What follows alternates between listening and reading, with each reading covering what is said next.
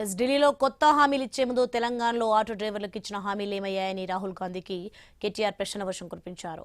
2023లో auto డ్రైవర్లకు welfare board ఏటా 12,000 ఇస్తారన్న రాహుల్ గాంధీ హామీ ఏమైందన్నారు. హామీ ఇచ్చి 30 నెలలు గడిచినా ఒక్కటి కూడా నెరవేరలేదని, కాంగ్రెస్ అధికారంలోకి వచ్చాక 100కు పైగా ఆటో డ్రైవర్లు ఆత్మహత్య చేసుకున్నారని పేర్కొన్నారు. 3 ఏళ్ల క్రితం ఆటో డ్రైవర్లకు ఇచ్చిన హామీలు పెండింగ్లో పెట్టి ఢిల్లీలో డ్రామాలా అని ప్రశ్నించారు. తెలంగాణలో హామీలు గలికొదిలేసి ఢిల్లీలో గొప్ప వాగ్దానాలా చేస్తున్నారా అని కాంగ్రెస్ అగ్రనేత రాహుల్ గాంధీని బీఆర్ఎస్ వర్కింగ్ ప్రెసిడెంట్ కేటీఆర్ నిలదీశారు.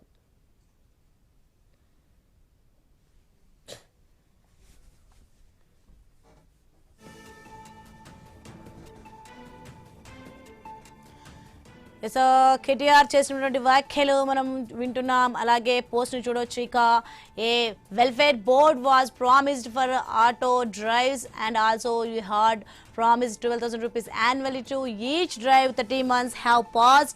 It's not a single promise faltered. More than 100 auto drivers have committed suicides since Congress assumed office in Telangana అంటూ కూడా పోస్ట్ చేసిన దృశ్యాలు మనం చూస్తున్నాం.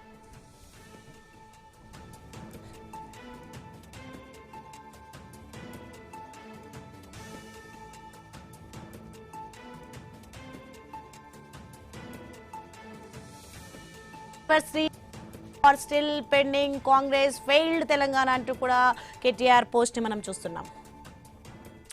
రైట్, ఇదే అంశానికి సంబంధించి మరింత సమాచారం మా ప్రతినిధి స్వామి అందిస్తారు ఫోన్లలో. స్వామి, మొత్తానికి మనం చూస్తున్నాం కేటీఆర్ వ్యాఖ్యలు, ఆటో డ్రైవర్లకి ఇవ్వాల్సిన అమౌంట్ ఏమైంది అండ్ ఏమేమి చేయబోతున్నారు ఏంటి అని కూడా కేటీఆర్ క్వశ్చనింగ్ మనం చూస్తున్నాం. ఏం జరుగుతుంది ఏంటి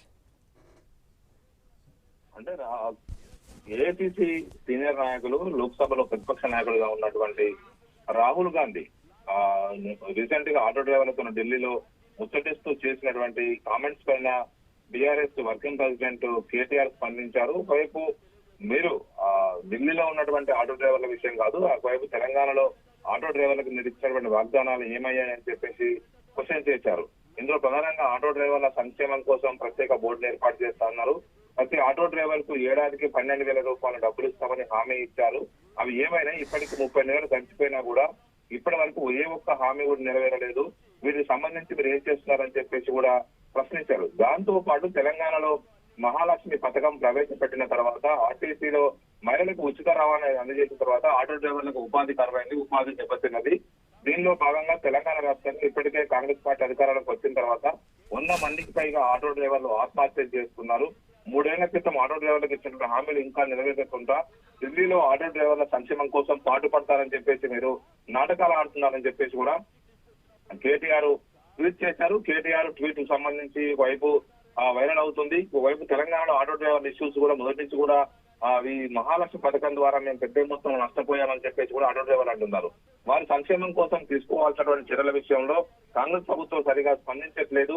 ఒకవైపు తాము మహిళలకు ఉచిత రవాణా ఇవ్వడం ఒకవైపు ఒకైతే ఆటో డ్రైవర్ల సంక్షేమం కోసం చేస్తామన్నటువంటి చర్యల విషయంలో మీరు ఎందుకు మిన్నకుండిపోయారని చెప్పేసి కూడా ఇటు ఆయన వైపు ప్రశ్నిస్తూ ఉన్నారు.